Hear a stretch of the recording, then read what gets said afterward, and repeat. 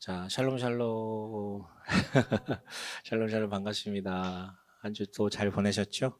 저는 고난 주간 정말 고난이었어요. 쉽지 않더라고요. 안 하던 짓 하려니까 밤마다. 예. 하지만 참 의미 있었던 것 같고요. 오늘 이 부활의 기쁨을 좀 함께 나누길 소망합니다. 여러분에게 직접적으로 좀 물어볼게요. 여러분 부활 믿으십니까? 부활 믿으십니까? 예. 부활 믿으시죠? 예수가 그리스도라는 사실을 정말로 받아들이고 믿는 사람이라면 부활이라는 것은 타협할 수 없는 역사적 사실이다라고 아마 우리가 받아들일 수밖에 없어요. 이 부활 사건이 중요한 것은 성경이 바로 하나님이 우리에게 주신 계시이자 또는 하나님이 정말 살아 계시다라는 것을 그것의 사실성을 객관적으로 증명할 수 있는 첫 출발점이 바로 부활의 역사적 사실이거든요. 그러니까 예수가 부활했다는 사실을 통해서 예수님이 신이시구나, 신성을 가지고 계시구나를 알 수 있고, 그렇다면 그가 평소에 말씀하셨던 본인이 하나님의 아들이라는 말도 맞게 참이 되는 거고요. 그렇게 되면은 그분이 메시아라는 얘기, 즉 구약에서 예언된 이 사실도 맞다라는 얘기. 그렇다면 구약까지도 거슬러 올라가서 거기에 기록된 모든 일들이 정말 하나님은 사막의 어떤 잡신이 아니라 전 우주적인 초월적 존재이시며 이렇게나 일을 하시는 분이시다라는 것이 엄연하게 검증되는 것이죠. 그런데 여러분, 부활은 그런 면에서 정말 사실입니다. 왜냐하면 이 복음서를 기록한 수도 없이 많은 제자들이 거기에 대해서 직접적으로 증언을 했거든요. 내가 봤다. 부활하신 주님을 봤다. 최소로 잡아도 한 120명은 봤을 거예요. 직접적으로. 근데 그것이 아니더라도 간접 증거들이 너무 많아요. 왜냐하면 처음에 예수님께서 십자가에 달려 돌아가셨을 때 여러분 제자들이 어떻게 반응했는 줄 아시죠? 어떻게 했습니까? 다들 도망가고 집안에 꽁꽁 숨어 있었어요. 그런데 그 부활 사건 이후에 보여진 제자들의 모습들을 보면 천지가 개벽할 수준의 천지가 개벽하는 수준의 대전환이 일어났다라는 것을 통해서 우리가 간접 증거로 삼을 수 있으니까 며칠 되지도 않았는데 이렇게 수도 없이 많은 사람들이 단번에 확연하게 변했던 건 뭘 봤다라는 것밖에 얘기가 안 되거든요. 그래서 그 짧은 기간 내에 자기가 목숨이 두려워서 숨었던 이들이 그 짧은 기간 내에 돌변해서 목숨을 내어놓고 방방곡곡 다니면서 전했다라는 이 사실 자체가 예수님의 부활을 직접 목격하고 그분이 신적 존재라는 것에 대한 확신을 갖게 된 분명한 증거예요. 그런데 부활은 역사적 사실이다 라는 것에 대한 믿음은 부활을 믿는 것의 시작점일 뿐이지 전부는 아닙니다. 즉 부활이 주는 의미, 그 의미가 무엇인지를 에까지 이르러야 정말 믿는 게 되거든요. 그렇다면 부활의 의미는 뭡니까? 간단하죠. 죽음을 이겼다라는 거예요. 죽음을 이겼다. 여러분 인간에게 있어서 가장 확실한 가능성이 뭡니까? 너도 나도 다 죽는다라는 것이 이미 죽은 듯한 표정으로 보고 계신 분들 계신 것 같은데 좀 웃으세요. 나 십자가에 못 박힌 줄 알았습니다. 아무튼 너도 죽고 나도 죽고 모두 죽는다라는 사실이죠. 그런데 제가 지금 얘기하는 것은 단순한 이 생명, 목숨줄을 얘기하는 게 아닙니다.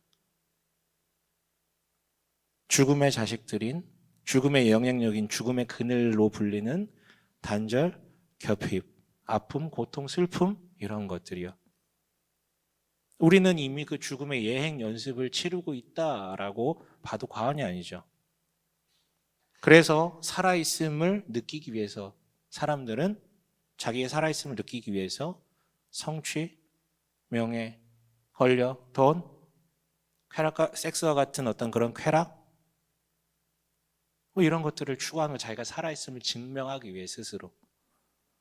그러나 어떤 인간도 이 죽음의 예행 연습으로부터 벗어나는 사람은 없습니다. 무엇보다도 최종적 죽음으로부터 도피한 사람은 인류 역사상 단 한 명도 없었다라는 것이 우리의 확고한 믿음이죠. 안 죽은 사람은 없어요. 이처럼 모든 인간은 죽음에 이르는 병을 안고 살아요. 그런데 예수께서 부활하셨다라는 것은 인간이 단 한 번도 넘어본 적 없는 죽음이라는 것, 늘 패배하기만 했고 거기에 시달리고 지배받기만 했다라는 죽음이라는 것에 그 원대한 그 권세를 깨부쉈다라는 확실한 승리의 소식이 되는 것이죠. 그리고 그 부활을 본인이 경험하신 주님께서 우리한테 이렇게 약속을 하셨어요. 요한복음 11장 25절부터 26절, 너무 유명한 말씀이죠. 뒤에 나올 것 같은데 함께 읽어볼까요? 함께 읽습니다. 시작. 나는 부활이요 생명이니 나를 믿는 사람은 죽어도 살고 살아서 나를 믿는 사람은 영원히 죽지 아니할 것이다. 내가 이것을 믿느냐? 네, 이 말 그대로예요. 예수를 그리스도로 믿는 자는 예수의 생명이 잇대어서 최종적 죽음만이 아니라 죽음의 모든 영향으로부터 자유해지고 생명을 누린다라는 것이죠. 죽음의 권세는 빠이빠이, 영생하게 된다는 겁니다. 근데 여기 여러분 오해하지 마세요. 영생은 그저 안 죽는 거를 얘기하는 게 아니죠. 여러분, 요 상태 그대로 내가 가진 거 요거 그대로 영원히 산다면 행복하시겠어요? 이거 끔찍한데 이렇게 그대로. 네. 영생은 여러분 그래서 우리가 상상이지만 불멸한다라고 믿는 그 뱀파이어 이야기 영화 같은 걸 보면 그들의 삶이 어떻습니까? 남의 피를 빨아먹어야만 사는 삶. 뱀파이어가 괜히 등장한 게 아니라 인간의 어떤 인간성이 다 투영된 모습이에요. 인간이 영원히 산다면 어떻게 될까? 남의 피를 빨아야만 사는 삶. 햇빛을 보지 못하고 어둠 가운데 도망다니는 삶. 하지만 누군가로부터 계속 공격당해서 그것을 피하기, 고통을 피하기 위해서 도망다녀야 되는 삶. 그건 지옥일 뿐이죠. 영원히 지속되는 죽음, 지옥일 뿐이죠. 그래서 여러분, 영생은 안 죽는다라는 의미가 아니라 혹은 육체적 죽음만이 아니라 죽음의 그늘과 죽음의 맛으로부터 해방돼서 생명으로만 가득한 삶이 주어진다는 의미예요. 그런 의미에서 여러분들한테 물어볼게요. 반말해서 죄송합니다만 예수님의 대사를 빌려서 물어볼게요. 내가 이것을 믿느냐? 내가 이것을 믿느냐? 정말 우리가 믿는다면 훗날 찾아온 죽음만이 아니라 현재 맞이할 죽음들도 그렇게까지 두렵지는 않을 거예요. 물론 아파요, 슬퍼요. 결핍이 다가오고 고통이 다가오면 슬프고 아프지, 하지만 그 너머에 선하신 하나님께서 그리고 계시는 계획이 있고 영원한 생명이 있다라는 부분에 대한 소망이 있기 때문에 기꺼이 그것을 넘어설 수 있는 토대가 있다라는 것이죠. 더 나아가서 내가 이전에 나에게 생명을 줄 거라고, 복을 줄 거라고 믿었던 것들의 죽음을 그것들을 스스로 죽일 수 있는 데까지 이를 수 있는 거예요. 왜? 예수만이 나의 진정한 생명이니까. 그래서 지난주 베다니의 마리아처럼 옥합을 가져다 예수 앞에 깨트리고 그것으로 예수의 발과 머리에 척시는 것이죠. 스스로 깨트리는 거예요. 주님이 내 거 뺏어가면 어떡하지? 이게 아니라 스스로 깨트리는 거라고요. 믿기 때문에. 여러분, 이게 부활절 설교의 끝입니다. 라고 끝나면 너무 기쁘시겠지만 그 꼴을 볼 수가 없어서 계속 해야 될 것 같아요. 근데 여러분, 제가 아까도 얘기했지만 모든 설교자가 가장 어려워하는 게 부활절 설교예요. 뭐 매년 똑같은 본문이고 뭐 그래가지고 나올 게 없어요. 지난 밤에 아마 밤을 꼴딱 샌 수많은 설교자가 있을 거예요. 그런데 안타깝게도 여러분, 우리가 이 부활의 사실과 역사적 사실과 부활의 의미를 믿는다고 해도 우리는 부활을 온전히 믿지 못하는 부분이 한 군데가 빠져 있어요. 뭐냐면 여기서 빠진 건 뭐냐면 부활의 과정이라는 것이에요. 뭐냐면 부활의 사실, 그리고 부활의 사실이 가리키는 그 의미, 이걸 믿는데 여기서 여기까지 이르는 그 과정에 대해서 우리는 부재하다라는 것이죠. 이게 무슨 말일까요? 본문을 볼게요. 1절 한번 읽어볼까요? 16장 1절이요. 함께 읽겠습니다. 시작.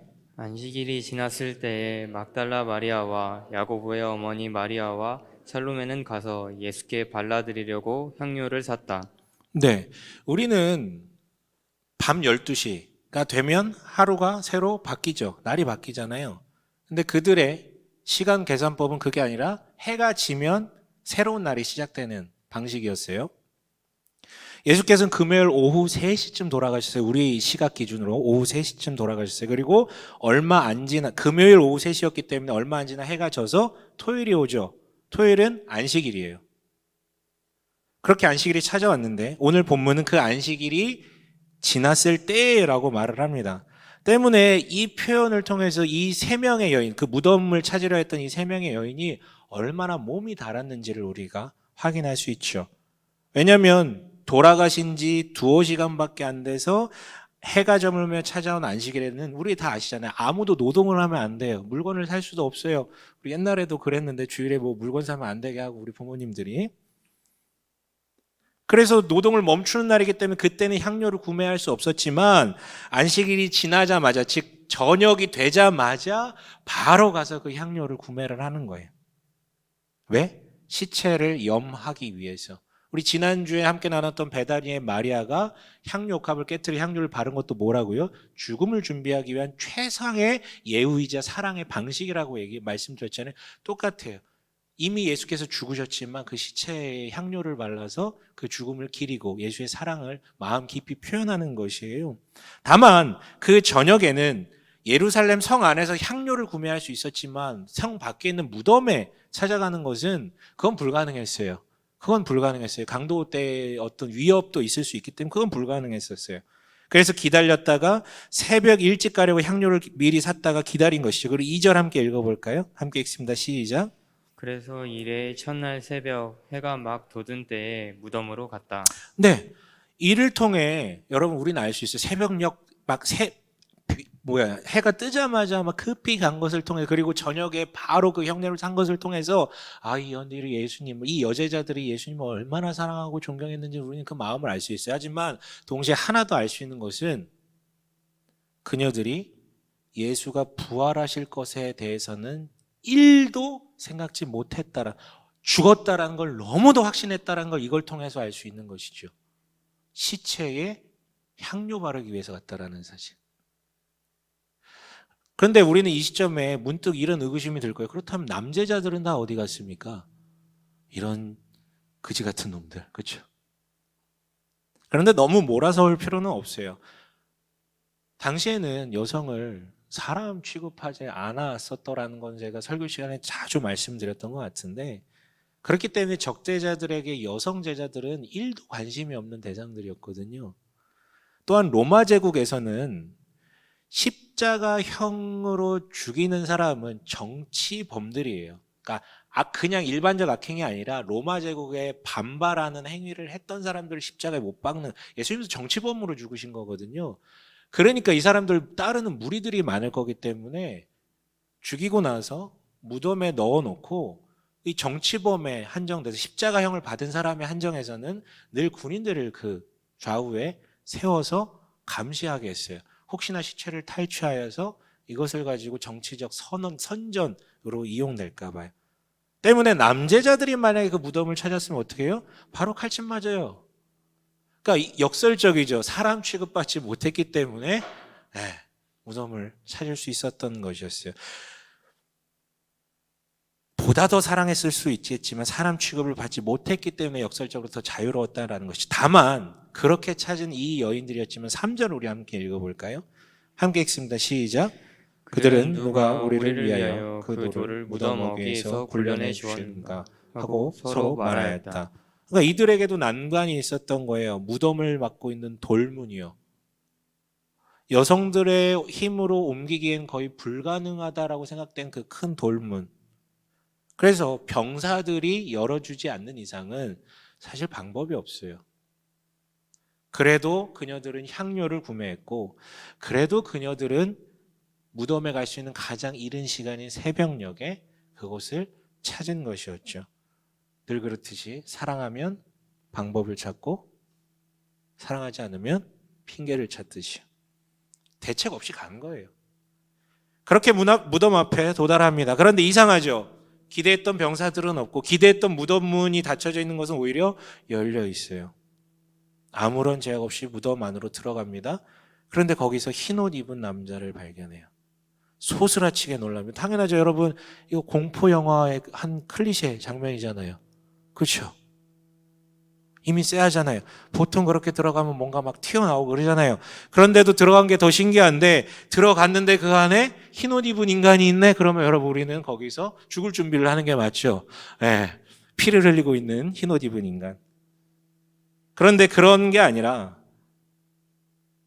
아주 정상적인 흰옷 입은 남자였고, 보통은 흰옷 입은이라는 것은 천사를 애둘러 표현할 때의 어떤 방식이거든요.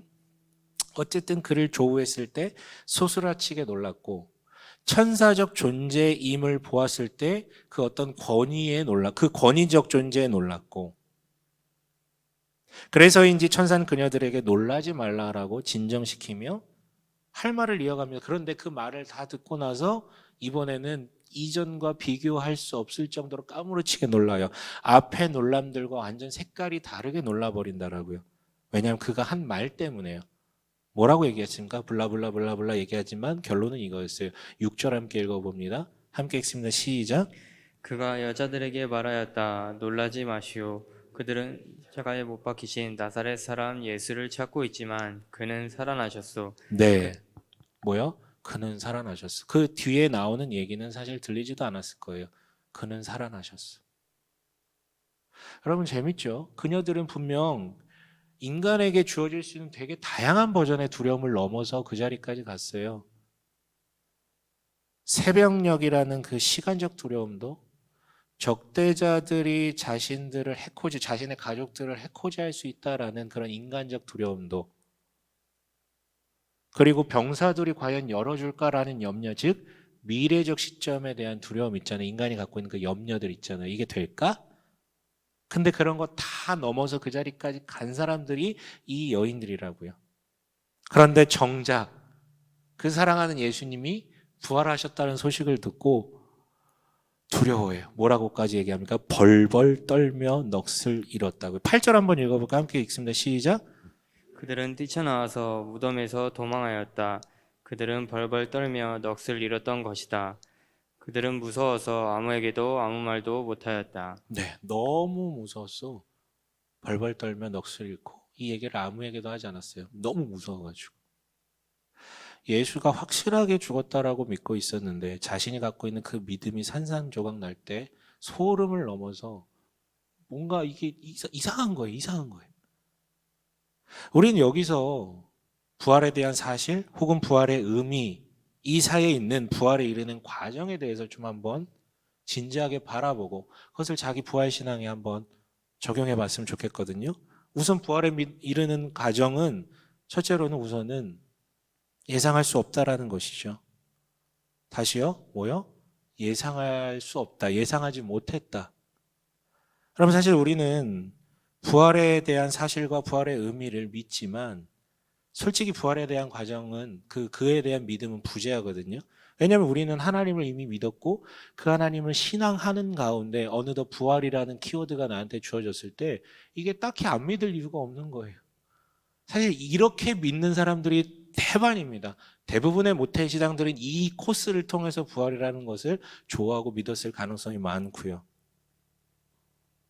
그래서인지 우리에게 떠오르는 부활이라는 이미지는 이 여인들이 마주했던 그거 있죠. 예상하지 못한 걸 마주해가지고 놀라 자빠지는 이게 아니라 충분히 예상 가능한 것, 너무나도 확실한 것, 심지어는 매년 벚꽃 필 정도 때가 오면 찾아오는 그런 것, 계란 처묵처묵 하는 것, 이 정도로 우리는 굉장히 확실한 이미지와 예상을 품고 있습니다.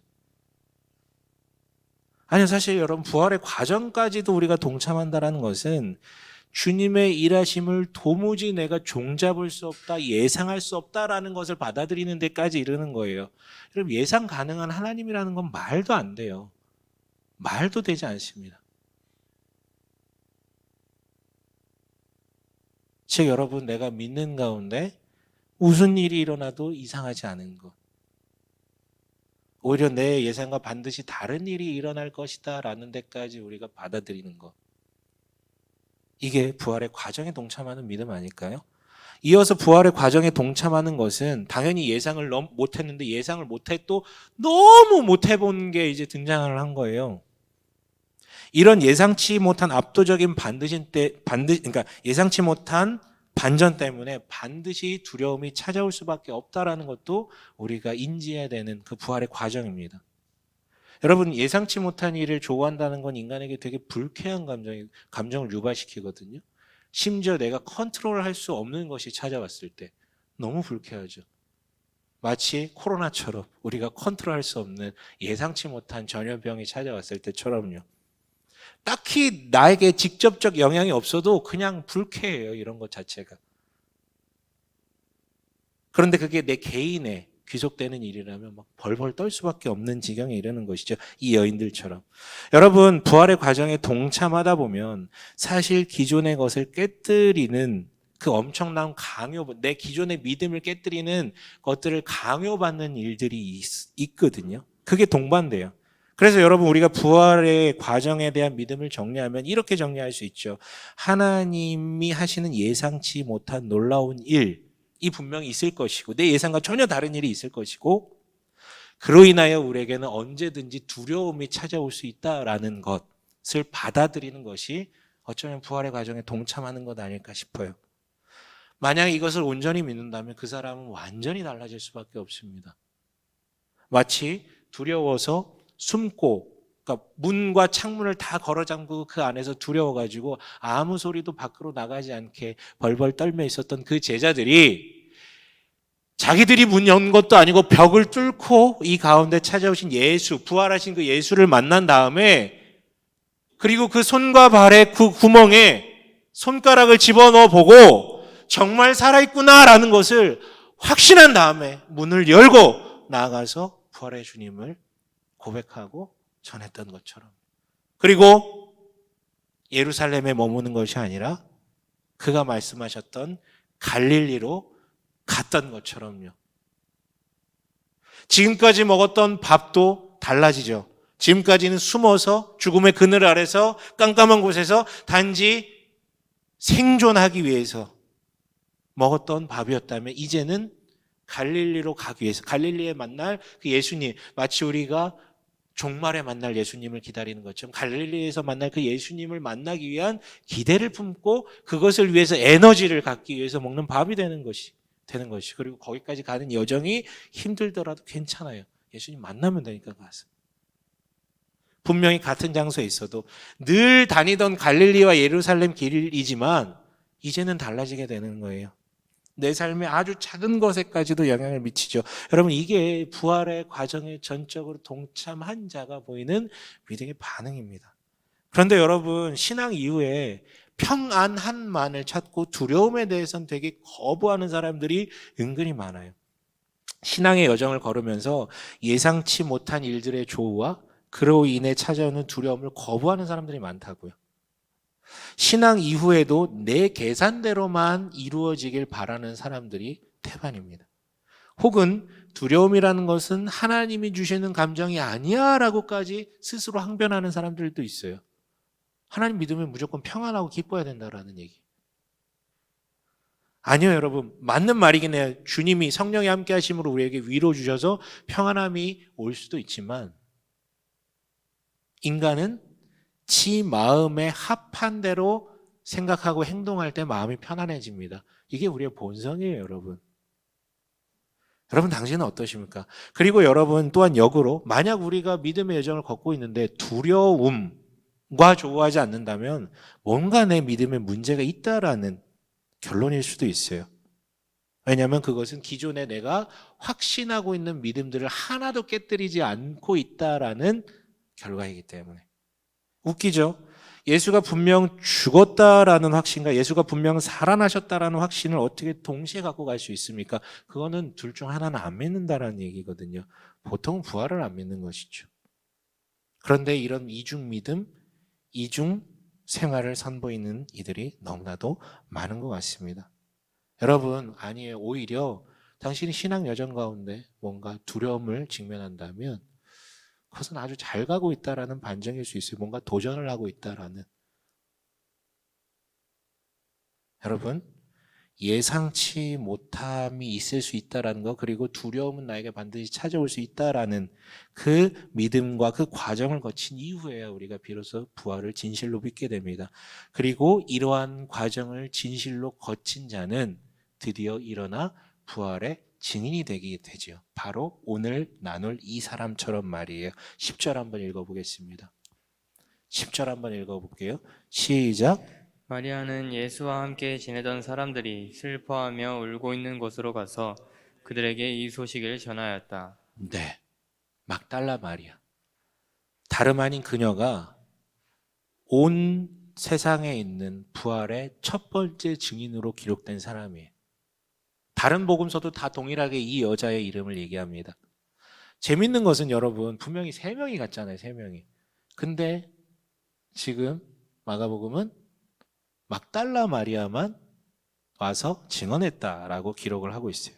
왜일까요? 이미 그 나머지 두 여인도 예수를 너무나도 사랑했음이 이미 증명이 됐는데 단순하게 어떤 기질 차이고 성향 차이일까?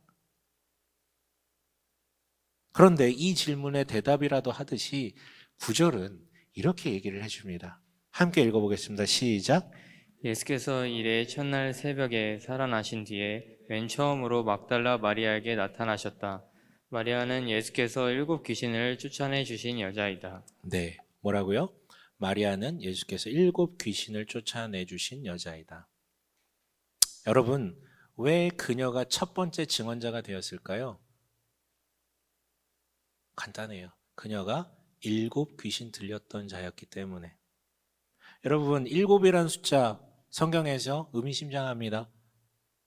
완전함을 나타내는 숫자가 있어요. 7, 10, 100, 1000 뭐 이렇게 나가거든요.